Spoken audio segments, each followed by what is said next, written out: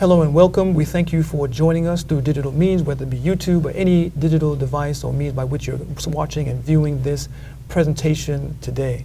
We're gathered here together at Safe to Serve in beautiful Orlando, Florida.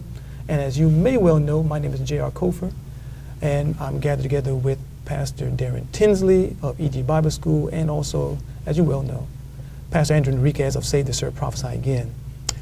We are gathered to discuss a number of different issues that we believe are going to help dispel confusion that have arisen in the last few days or weeks, and I pray create that unity and that finishing the work that's so necessary in this time. We have a few sections we want to go through, and we're going to be detailing those in a moment, but we want to start in this first section just dealing with some of the history of why we're doing this video, why we're putting together this presentation, and some of the issues that have led to the need for this presentation with the three of us here.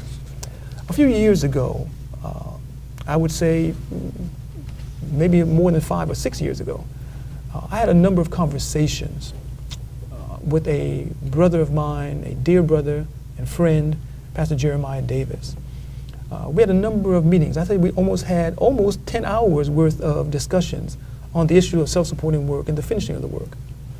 During these discussions, we talked about a number of things also that were mentioned by himself and also Pastor Moses Mason in a recent video that came out, a prophecy update that is now on the internet and people can watch and look at. In those discussions with Pastor Davis, those discussions were a result of him and his wife really seeking and desiring for me, a friend of theirs, they're good friends of mine, friends and workers in ministry. They wanted me to attend a camp meeting, and some difficulty come in because there was some question concerning the understanding of the work of the church, or the nature of the church. And when I asked Pastor Davis concerning this issue, he said that Pastor Moses Mason had an issue with what he perceives as my view. And this led into a number of discussions with Jeremiah. And again, I want to state very, very emphatically that I had deep and high respect for Jeremiah to come and speak to me concerning this issue and make sure that among brothers that if he believed I had a wrong view, or if he did not understand my view, that it was made plain. And we talked for a great long while. Again, the issue was raised because, of course, Moses Mason had an issue. I have not heard from Moses Mason in over a decade. And I have no animus toward him, but this is a reality that I've not heard from him concerning any of these issues. Jeremiah and I talked for almost 10 hours, about three-hour conversations. In this conversation, we talked about the nature of the work and how the work would be finished. We talked about self-supporting and conference lines and regular lines, irregular lines. And in this conversation, I believe that most of the views that were trying to be put forth to me by Jeremiah, in our conversations, to my understanding, they didn't seem very, very well-founded. And I begged Jeremiah not to present these topics. I want to emphasize that point. I begged him, as someone who is not only a senior in ministry, but older than him. I begged him as a brother, a younger brother in the faith, a younger ministry. I begged him not to present these topics.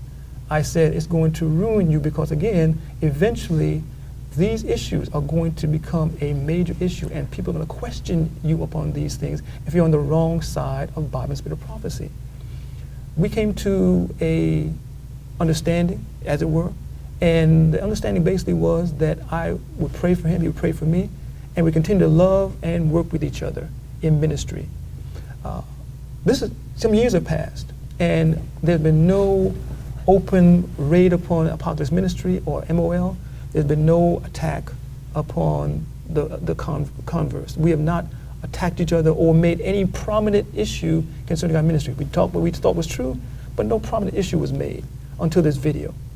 This video came out, and there was an attack directly on Pastor Henriques, and also the assumption that he and those with similar views, which all of us hold, are either even being led by Satan or calling the church Babylon and or calling people out of the church.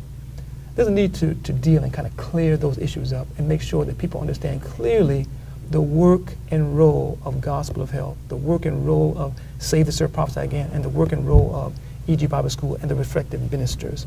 So we've gathered together to do that today, and we thank you for